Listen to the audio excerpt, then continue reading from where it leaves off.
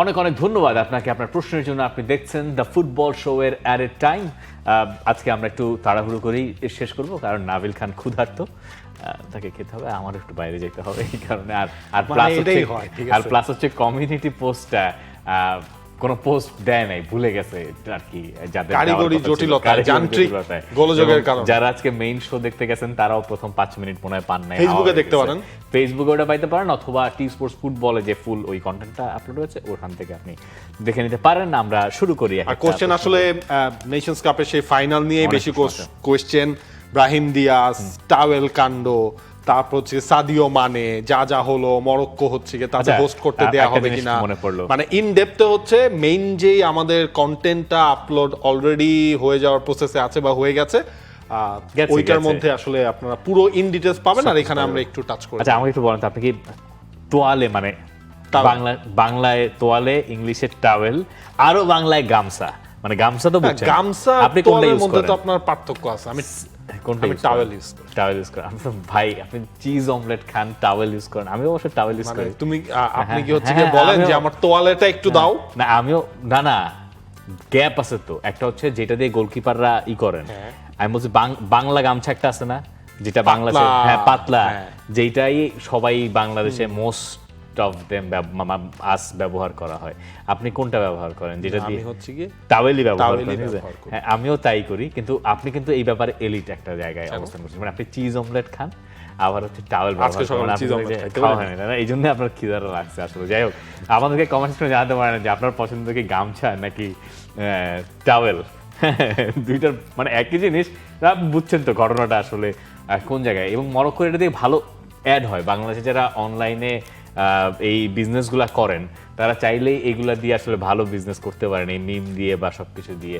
কেউ পেয়েছে টাওয়েল, কেউ পেয়েছে আফকনের শিরোপা, এরকমটাই ঘটেছে দিন শেষে। চলুন নাবিল খান, বলুন কি দিয়ে শুরু করবো? আফকন দিয়ে শুরু করি। হ্যাঁ, করেন।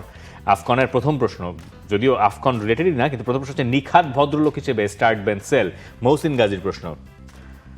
Sadio Mane, Thiago Silva, N'Golo Kante. Thiago সিলভাকে শেষে রাখতেছি, একদম 3 নাম্বার। মানে সেল হচ্ছে কি আপনার থিয়াগো সিলভা। একটা বড় লড়াই হচ্ছে সাদিও মানে আর এনগোলো কন্তে। দুজনেই হচ্ছে কি মানে আপাদমস্তক ভদ্রলোক, এবং আমার মনে হয় দুইজনেরই হেটার আপনি একেবারেই পাবেন না, বা পাইলেও সেটা হয়তো খুব পাবেন। ওই পাশের এক্সট্রিমিস্ট কিছু লোক আছেন না, তারা হয়তো ওইটা খুব, বাট দুইজনে মাটির মানুষও। এই দুইজনের মধ্যে আসলে কম্পেয়ার করতে গেলে এটা ভেরি ভেরি টাফ।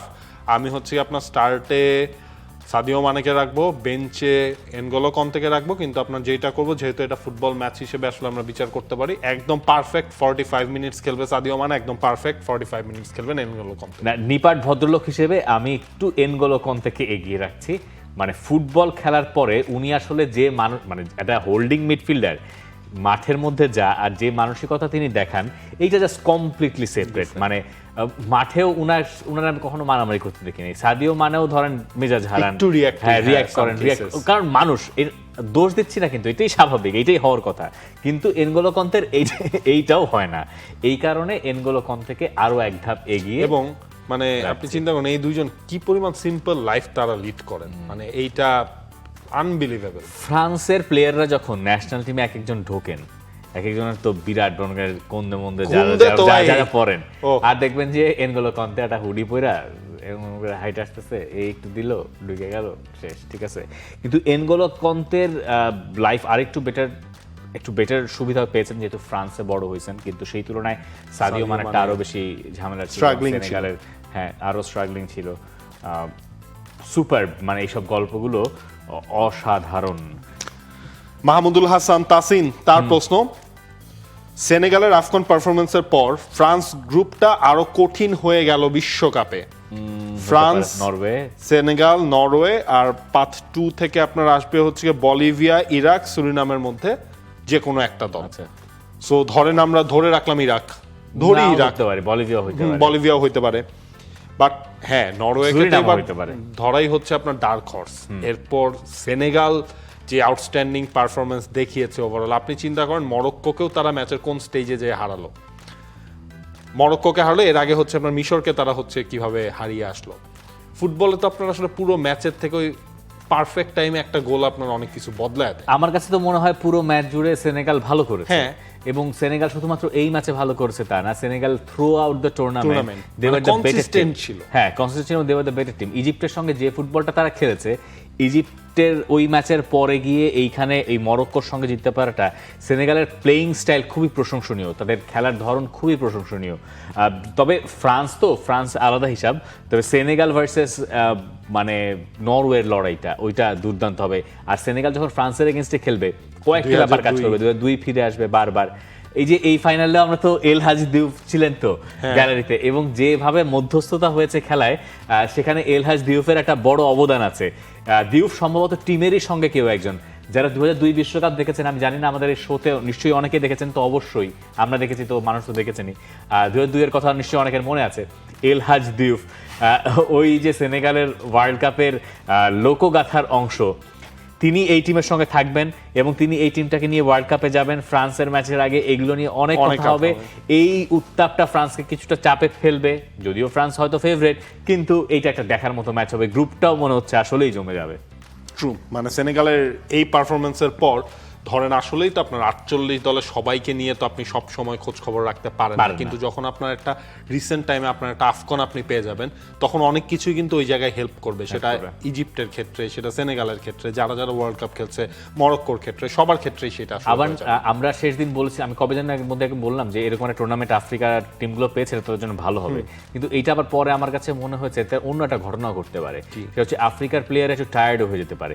মানে এই যারা আফকনে খেলছেন, যারা টপ টিমগুলো বেশিরভাগ ইউরোপে খেলছেন, কিন্তু এই যে এইটাই আপনি আসলে চিন্তা করেন, ধরেন হচ্ছে গিয়ে যে সালা যদি আফকনে না খেলতেন তাহলে লিভারপুলের হয়ে খেলতেন। কিন্তু ধরেন এখানে একটা ব্যাপার হচ্ছে যে আফকনের একটা আলাদা মেন্টাল প্রেসার তো আছে।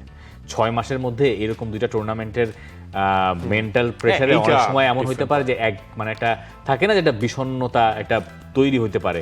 আবার এখন যে কিন্তু এই টুর্নামেন্টের কোনো ব্রেক নাই, এনারা কিন্তু মেন্টালি কেউ আসলে একটু মানে ফ্রি টাইম কাটাইতে পারবে না, সবাই যে যার লিগে ব্যস্ত হয়ে যাবেন। এই যে ব্রাহিম তো মাদ্রিদে মনে চলে গেছেন, ওসিমান খেলবেনও মনে হয় আজকে। এইটা একটা ইম্প্যাক্ট অন্যরকম হইতে পারে। একটা হচ্ছে ফিজিক্যাল মেন্টাল ইম্প্যাক্ট, আর একটা হচ্ছে খেলার দিক থেকে। কোচদের জন্য ভালো হলো আর কি, মানে আফ্রিকান কোচদের জন্য খুবই ভালো হয়েছে এটা। আচ্ছা, রায়হান সর্দার, আফ্রিকার সেরা গোলকিপার কে, বুনো না মেন্দি? বুনো, ইয়াসিন বুনো আমার কাছে মনে হয়, এইটা নিয়ে আমার কাছে মনে হয় ইয়াসিন বুনো। আন্দ্রে ওনারা হইতে পারে বুনো। হাসেন কেন? আচ্ছা, আর এস রাকিবের প্রশ্ন 2000 বুঝেন কিন্তু, হ্যাঁ অনেক উত্তর মিলে যাবে, আপনার জুলাই পর্যন্ত অপেক্ষাই করা লাগবে না। উনি যে কোশ্চেনটা করেছেন, 22 আফকন চ্যাম্পিয়ন সেনেগাল, 2022 বিশ্বকাপ আর্জেন্টিনার, 2026 আফকন সেনেগালের, 2026 বিশ্বকাপ চ্যাম্পিয়ন হবে। ওটা কি 2022 না 2021 ছিল? মানে হয়েছে 2022-এ, যখন হয়েছে সেটা ছিল আপনার 2022-এ, এবং এরপর যে ওয়ার্ল্ড কাপ। তবে ওইটার মধ্যে তো আপনার ওটা জানুয়ারি মার্চের টাইমের মধ্যে হলো। হ্যাঁ, জানুয়ারি আর কি। এরপর ধরুন ওয়ার্ল্ড কাপের একটা লম্বা সময় পাওয়া গেছে, কারণ ওই ওয়ার্ল্ড কাপ তো আপনার 2022-এরটা শুরুই হয়েছিল নভেম্বর ডিসেম্বরে। এবার সেই স্পেসটা কম, সেই স্পেস কমের কারণেই কিনা আর্জেন্টিনা হয়তো চ্যাম্পিয়ন হতে পারবে না। যাক, পরের প্রশ্ন যান। এনরিককে নিয়ে প্রশ্ন আছে। সীমান্ত রয়, এনরিকের পারফরমেন্স কেমন দেখলেন? তার ডিসিশন মেকিং এবং আরো কাজ করতে হবে কিনা? লিওতে গিয়ে ভালো একটা স্টার্ট হয়েছে এবং লিগ আর সোশ্যাল মিডিয়া ভরে যাইতেছে এনরিক পোস্ট দিয়ে। হ্যাঁ, তো একটার পর একটা ভিডিও, সেই ট্রাইভেলা থেকে শুরু করে বিভিন্ন রকম ব্যাপার স্যাপার দেখা যাইতেছে, গোলের আগের হিসাব নিকাশ। এইটা মানে খুব অবাক হচ্ছি তা না। ফ্রেঞ্চ লিগে গিয়ে তিনি এইটুকু তো দেখাবেন, রিয়াল মাদ্রিদ যাকে সুপারস্টার ভেবে নিয়েছিল দলে, তিনি লিগ আনতে গেলে ভালো করবেন, এটাতে আমি খুব একটা অবাক আসলে হচ্ছি না। তার এই পারফরমেন্সটা তাকে আবার ব্রাজিল টিমে আসলে ইনক্লুড করতে পারে কিনা, এইটা একটা দেখা যায়। আমার মনে হয় এটা টাফ হয়ে যাবে, কারণ ধরেন এনরিকের প্রস এন্ড কন এইটা সবচেয়ে বেশি কার্লো আনচেলত্তিই জানেন। হ্যাঁ, ঠিক আছে, শাভি আলোনসোর আগে তো তিনি এই দলে এনরিককে নিয়ে দেখেছেন, কি করেছেন। তা আমার কাছে মনে হয় আপনার ওয়ার্ল্ড কাপের আগে স্ট্যান্ড আউট পারফরমেন্স করলেও ওই পজিশনটা আসলে অনেক টাফ হয়ে যাবে। কিন্তু খুব দ্রুত তো মানিয়ে নিয়েছেন, যাওয়ার পর থেকে ধুমধাম শুরু করেছেন। আরেকটা অ্যান্থনি, ধরেন পিএসজির সাথে ম্যাচ হলে তখন হচ্ছে গিয়ে এনরিকের পারফরম্যান্স কেমন থাকে, আচ্ছা এইটা আসলে দেখতে চাই, মানে এই ধরনের বিগ টিমগুলোর সাথে এনরিকের পারফরম্যান্সটা কি থাকে। অলিম্পিক লিওন আর কেবল তো শুরু ভাই, মানে এক ম্যাচ দেখে খুব কিছু বলা, আর এক ম্যাচ দেখে কি দেখিও তো নাই আসলে পুরোপুরি ম্যাচ লাইভ দেখছি না। জামাল শেখ তার প্রশ্ন, এনজো ট্রান্সফার রিউমারের কথা কতটুকু সত্য? এনজো ফার্নান্দেজের ট্রান্সফারের জন্য চেলসি নাকি ওপেন হয়ে আছে এমন গুঞ্জন দেখা যাচ্ছে এখন। 120 মিলিয়ন পাউন্ড যদি কেউ প্লেস করে, সেটা রিয়াল মাদ্রিদ যদি করে, তখন হচ্ছে গিয়ে হয়তো এনজোকে দেখা গেলেও যেতে পারে রিয়াল মাদ্রিদে। আর দিন শেষে না ভাই, মাদ্রিদের একটা মিডফিল্ডার দরকার, মানে যে control Enzo to Real Madrid যদি হয় সেটা ভালো। আচ্ছা, আমার কাছে মনে হয় যে এটা হবে না। এনজো ফার্নান্দেজ চেলসি ছাড়ছেন, এটা একটা গুঞ্জন মাত্র, এবং চেলসি এনজো ফার্নান্দেজ ছাড়া মানে একটা প্রজেক্টের মানে এখানে পারফরমেন্স রিলেটেড একটা ব্যাপার তো আছে, এবং একটা প্রজেক্ট রিলেটেড একটা ব্যাপার আছে। মানে চেলসির এই মালিকানার প্রথম কয়েকটা সাইনিং এর একটা ছিল এনজো ফার্নান্দেজ, তাও ওয়ার্ল্ড কাপ উইনের পরপরই। তো এইটা ম্যাটার করে এই সেন্সে যে এমনি তো ক্লাবের সেকেন্ড ক্যাপ্টেন, তাই না? মানে রিস জেমস না থাকলে তো সেই থাকে মোস্ট অফ দ্য টাইমস, সবসময় তো তাই থাকে, আমি ভুল হইতে পারি জানি না। তো এইটা যদি আপনি এনজো ফার্নান্দেজকে ছেড়ে দেন, তখন ব্যাপারটা হবে কি যে আপনার প্রজেক্টটা ঠিক পথে আছে কিনা এটা তো পোর্ট্রে করতে হবে আপনার সমর্থকদের কাছে, দর্শকদের কাছে। ওই জায়গাটা আঘাত পাবে, মানে এটা একটা ফুটবলিং সাইড আছে আর একটা নন ফুটবলিং সাইড আছে। এইটার নন ফুটবলিং সাইডের ইম্প্যাক্টটা আরো বড়। আর এনজো কি, মানে আমি এটা জানি না, চেলসি ফ্যানদের একটা গোষ্ঠীর মধ্যে আমি দেখছি যে এনজোকে কিন্তু অসন্তোষ আছে। এটা কেন আসলে জানি না, কিন্তু আমার মনে হয় চেলসির আপনার ধরেন হিটেড লিস্টের মধ্যে ফ্যানদের কাছে এনজো সবার উপরেই থাকে। মানে কিছু লোক কেন আমি জানি না, মানে এনজোকে আপনি কই খেলাবেন এটা একটা ব্যাপার, কাইসেদোর সাথে পাশে খেলাবেন নাকি আরো সামনে খেলাবেন, এইটাও তো একটা ব্যাপার। আমার কাছে তো মনে হয় হি ইজ ভেরি ভার্সাটাইল, এবং এরকম একটা মিডফিল্ডার চেলসি হারাতে চাইবে না। ওইখানে আসলে তাকে না খেলাইলে কাকে খেলাবে? যদি নতুন করে কাউকে সাইন করে না, প্লেয়ার অবশ্য আছে দলে কয়েকটা, অনেকগুলোই আছে কয়েকটা। হ্যাঁ, next football talk with Shamim ভাই, আপনাদের কাছ থেকে অনুপ্রেরণা নিয়ে আমি ফুটবল নিয়ে কাজ করছি, আলহামদুলিল্লাহ এখন মনে হচ্ছে কিছু করতে পারবো। তাই প্রথম ধন্যবাদ আপনাদের জানাতে চাই। আপনাকে ধন্যবাদ যে কাজ আপনি করছেন। আপনার কাছে যদি মনে হয় আপনি আমাদেরকে কাজগুলো দেখাতে চান, আমাদেরকে ইনবক্সে কন্ট্যাক্ট করতে পারেন। আমরা আপনার সঙ্গে মানে আমরা we'd love to share our thoughts with you. I am pretty sure যে আপনি ভালো করছেন, এবং অনেকেই ভালো করছেন। এবং যারা মানে আমরা হয়তো কন্টেন্ট ক্রিয়েটর নই, কিন্তু একটা স্পোর্টিং আলাদা হিসাব, কিন্তু একটা স্পোর্টিং সাইড যেটা আছে, যে কন্টেন্ট ক্রিয়েশনেও কখনো কখনো একটা জার্নালিস্টিক পয়েন্ট অফ ভিউ হয়তো দরকার হতে পারে। আমরা দাবি করছি না কোনোভাবে উই আর দ্য গাই যার ছাড়া আপনার উপায় নাই, কিন্তু ইফ ইউ ভাই ব্রাদার হিসেবে ধরেন আপনি যদি চান দেখাতে পারেন, মানে উই আর মানে মোর দ্যান যে হ্যাপি কোনো ধরনের হেল্প বা যে কোনো ধরনের সাজেশন বা অ্যাসিস্ট যেটাই বলেন, গোল আপনি করবেন, অ্যাসিস্টটা আমরা করে দিলাম। তো কোনো দরকার পড়লে হচ্ছে any time feel free to contact us. এবং আমরা এটাকে খুবই মানে আমার খুবই ভালো লাগে যখন আমি অনেক মানুষকে দেখি এখন ফুটবল বাংলাদেশে আপনি ক্রিকেট কন্টেন্ট ক্রিয়েটর খুব বেশি খুঁজে পাবেন না, কিন্তু আছেন, কিন্তু সোলি খুব কম। সেই তুলনায় ফুটবলটা অনেক বেশি, এবং এখনো আমরা বুঝি না যে কত মানুষ ফুটবল দেখে, এখনো বুঝি না। এই আফ্রিকা কাপ অফ নেশনস এর ফাইনাল চলতেছে রাতের বেলায়, মানে হু এম আই, রাতের বেলায় আমি স্ট্যাটাস দিচ্ছি, আনন্দ স্ট্যাটাস দিচ্ছি, সেগুলার রিয়াকশন দেখে বোঝা যায় যে লোকজন কি পরিমাণ আগ্রহ নিয়ে আফ্রিকান কাপ অফ নেশনস এর ফাইনাল দেখার জন্য রাত জেগে বসে আছে। তাও আমরা বুঝি না যে এই দেশের লোকে কি পরিমাণ ফুটবল ভালোবাসে, তাও আমরা বুঝি না। আচ্ছা, আবারও ঘুরে ফিরে আফকনের একটা প্রশ্নতে চলে যাই, সেটা হচ্ছে ইব্রাহিম সরকার, তার প্রশ্ন, নাবিল ভাই ম্যাচের শেষ দিকে সেনেগালের গোল আর মরক্কোর পেনাল্টি মিস, এই ফাইনালের রেজাল্ট নির্ধারণে ভাগ্য বেশি কাজ করেছে নাকি মানসিক চাপ ও অভিজ্ঞতা? সব ভাই এটা একটা মানে মিক্স হয়ে গেছে। ধরেন সেনেগাল তো এর আগে মরক্কোর সাথে হচ্ছে এরকম ক্রাঞ্চি মোমেন্টে গোল বের করে তারা হচ্ছে শেষ পর্যন্ত জিতলো ইজিপ্টের সাথে। আমি বারবার এটা হচ্ছে উল্টায় ফেলতেছি। এরপর এই ম্যাচটাও আমরা দেখলাম, এই জায়গায় না অভিজ্ঞতা আপনার এক কাজ করেছে। সেনেগালের তো হারানোর কিছু নাই, মানে সবকিছুর এগেইনস্টে যে তারা হচ্ছে এই ম্যাচটা, এবং ওরা জানে যে এই মাঠে খেলতে আসছে ওরা সেকেন্ড ফেভারিট। আর মরক্কো না, মানে আসলে রেগুয়ের ওই জিনিসটা আপনি খেয়াল করেন, ওই ম্যাচের আগে যা বলছিলেন যে দর্শকদের এইটা না ফুটবলারদের উপর আবার চাপ ক্রিয়েট করে ফেলে। মানে আমার কাছে না মনে হচ্ছে ব্রাহিম দিয়াজের ওই পেনাল্টি মিসটা চাপেই হয়েছে, চাপ তো হয়েছে এবং মানে ওই ব্রেকটা ওই চাপ জিনিসটা ব্রেকটা চাপ হয়েছে, এবং ধরেন যখন আপনি ওই রকম একটা সিচুয়েশনে চলে আসবেন না, যে আপনি চিন্তা করেন ওই গোলটা যদি তিনি করে ফেলতেন তখন, মানে ওইটার এক্সাইটমেন্ট, একটা প্রি এক্সাইটমেন্ট জিনিসটার কারণে অনেক সময় কিন্তু মানুষের ব্লাইন্ড আউট হয়ে যায়, অনেক সময় ব্ল্যাক আউট হয়ে যায়, ফেড আউট হয়ে হ্যাঁ, যায় পুরো exactly. একদম, মানে নাই সে জগতেই নাই, এটা হয়, এটা অনেক সময় মানসিক চাপ ছিল মরক্কোর ওপর, অভিজ্ঞতা ছিল সেনেগালের, সেনেগালের ছিল কোনো কিছু না হারানোর একটা স্বাধীনতা। এক্স্যাক্টলি ভাগ্য বেশি কাজ কাকে করেছে এটা যদি পয়েন্ট আউট করেন, দিন সে তো বলতে হবে সেনেগালকেই ভাগ্য দুই ক্ষেত্রেই, মানে ভাগ্য এইখানে দিন শেষে ভাগ্যটা সাহসীদের পক্ষে থাকে, এই জন্যই তো বলা হয়। কিন্তু এই ফাইনাল আপনি যে ইয়ার মারামারিটা দেখছেন তো নিশ্চয়ই, কোনটা? এই যে ফটো জার্নালিস্টরা যেখানে থাকেন আর পেছনে সেনেগালের সাপোর্টারদের, ওইখানেও কিন্তু বিরাট পিড়াপিড়ি হয়েছে একটা। হ্যাঁ, এবং আমি জানি না, আমি আজকে দেখলাম কোনো ভলান্টিয়ার কি মারা গেছেন, মারা গেছেন কি আমি জানি না, আমি এটার ইন ডেপথে যে বা হচ্ছে ওই নিউজটা পুরো ঘাটাই নেই, সোশ্যাল মিডিয়ায় একটু আগে যখন ফুটবল শোয়ের কোশ্চেন গুলো নিচ্ছিলাম তখন সামনে একবার এসেছিল, আমরা কি করতে যে হচ্ছে গিয়ে যেইভাবে ঘুষাঘুষি হয়েছে তাতে আরো বড় ঘটনা ঘটতে পারতো, এটা খুবই সিরিয়াস দিকে চলে গিয়েছিল। মানে ফাইনালটা এমন হয়ে গেছে পরে গিয়ে, মানে মরক্কো ভার্সেস আফ্রিকা হয়ে গেছে।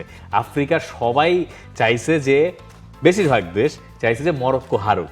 মানে আলজেরিয়ানদের যে উদযাপন দেখলাম, হ্যাঁ, আলজেরিয়ার লোকজন রাস্তায় নেমে আসছে, মরক্কো হেরে গেছে, আলজেরিয়াই আপনার চ্যাম্পিয়ন হয়েছে। মনে হয় আলজেরিয়া চ্যাম্পিয়ন হইলেও এত বড় উদযাপন হইতো কিনা।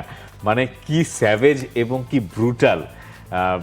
ছবি টবি দেখলে আপনার কাছে মনে হবে এটা কি সেনেগালের কোনো রাজধানীর শহর টহর নাকি, না, এটা আলজেরিয়া, তারা উদযাপন করতেছে। মরক্কানরা খুব বিপদে পড়ছে আর কি। যাই, আপনাদের দুজন, ডিআর শান্ত তিনি বলছেন যে আপনাদের দুজনের মাঝে যে টিস্যু বক্স আছে এটাকে মাঝে মাঝে কেকের মতো লাগে। ভাই, আপনার নাবিল খানের মতো খিদা লাগছে মনে হচ্ছে। আর সাদিও মানেকে নিয়ে কিছু বলেন, he is a real example of humanity.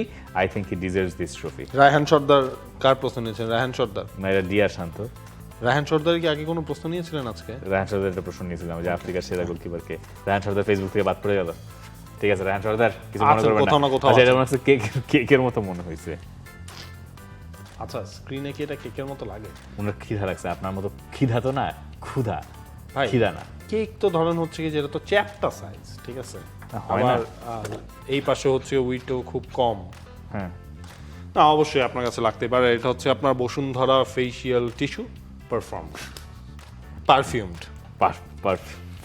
Bashundhara facial tissue সামনে রেখে আমরা পারফর্ম করে যাচ্ছি। আপনি যে স্পোর্টস জার্নালিস্ট, ঠিক আছে, এটার প্রমাণ আছে এই জায়গায়। লেখাটা দেখছেন? PER পর্যন্ত দেখার পরে ধরেই নিছে এটা পারফরম্যান্স রিলেটেড কিছু একটা হবে। না, ওইটাকে ওইভাবে দেখেন যে পারফিউমড স্মেলটাকে আমরা কাজে লাগিয়ে আমরা পারফর্ম করে যাচ্ছি। দেখো তো কেমন আসছে। আচ্ছা, পরের প্রশ্ন। নাইস। মোহাম্মদ সানাউল্লাহ, তার প্রশ্ন, রবার্তো বাজিওর পুনরাবৃত্তি ঘটালো ব্রাহিম দিয়াজ, পুরো দলকে টেনে ফাইনালে তুলেছে, একটি পেনাল্টি সব শেষ করে দিল। বাজিওরটা তো আসলে final, world cup final, nothing top that.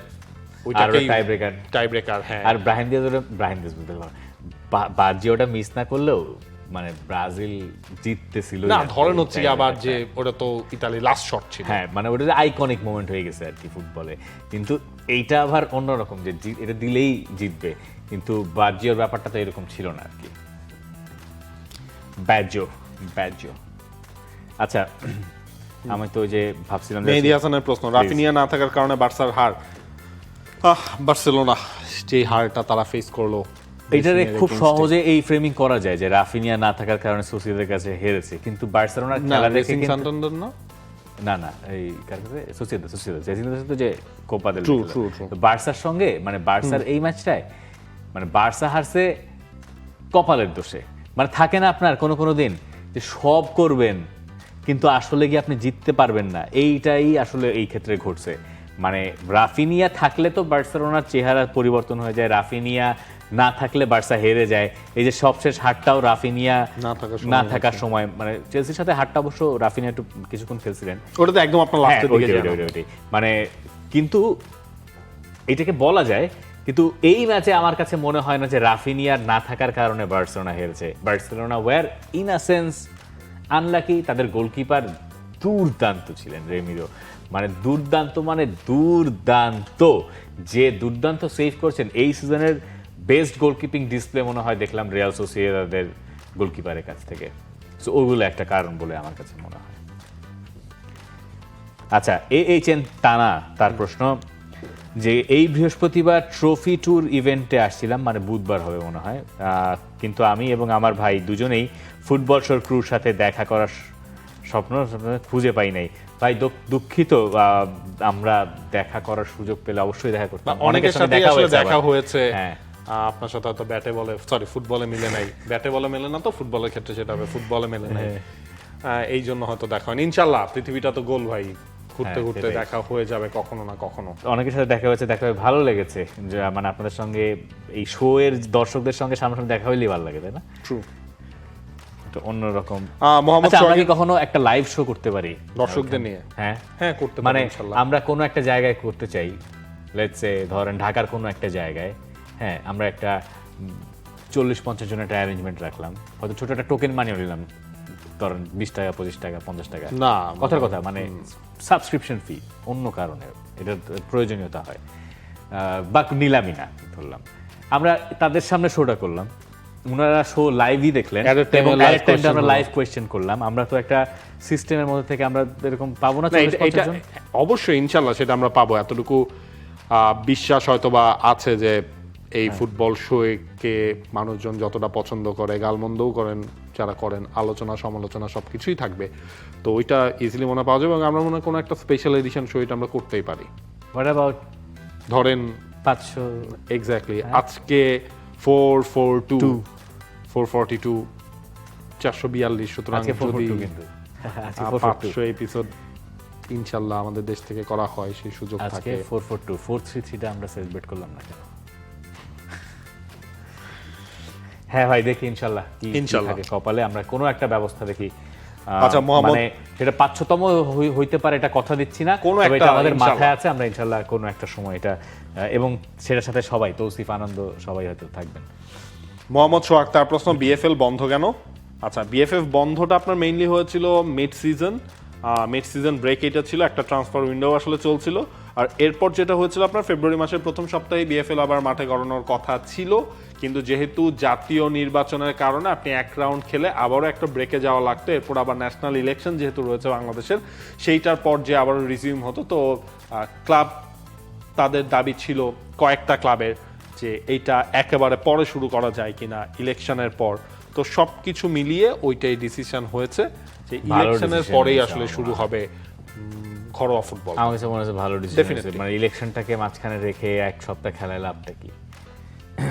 আচ্ছা, আমার কাছে আরেকটা প্রশ্ন আছে, মোহাম্মদ রিপন মিয়া, which fan protest would you start, bench and sell? Celtic fans, Palestine flag display in UCL 2016, DR Congo's Lumumba silent standing protest at AFCON, or Italian fans silent national anthem protest at the Iranian fans 2002 সালে ইরানিয়ানরা জাতীয় সঙ্গীত গান নেই ওনাদের প্রতিবাদ স্বরূপ।